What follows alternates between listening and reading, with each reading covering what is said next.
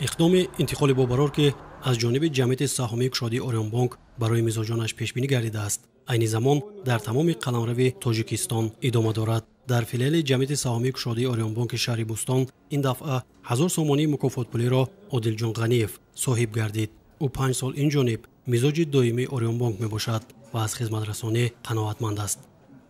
من بسیار خرسندم که با اوریون بانک امروز من مکافات پولی برد کردم.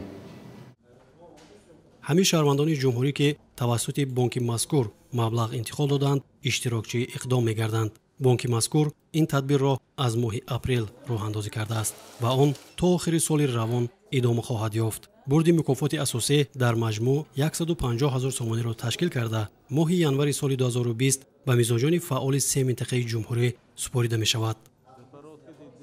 امروز روزی خرسندی است.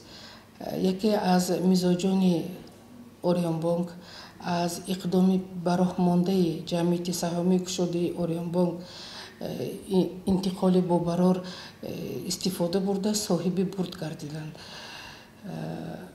ما غالب را با این بردشان تبریک نموده گفتنیم که در آینده این اقدام دوام دارد و میزاجان دیگر می توانند از این اقدام استفاده برند.